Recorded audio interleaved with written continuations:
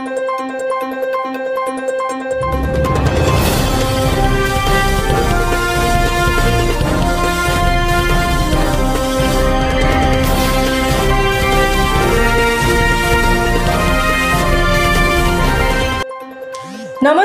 स्वागत आहे तुमचे आमच्या चॅनलमध्ये।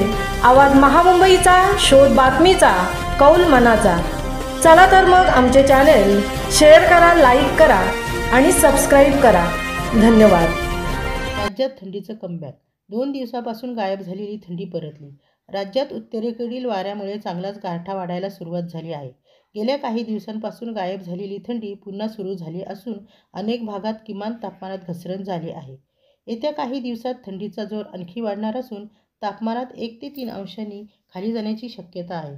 तापमान पुढील 3 दिवसात 2 ते 3 अंशांनी घसरेल असा अंदाज हवामान विभागाने वर्तवला आहे। गेल्या आठवड्यात किमान तापमानाचा पारा 15 ते 20 अंशावर गेला असल्यानं नागरिक उकाड्याने आणि घामाच्या धारांनी हैराण झाले होते।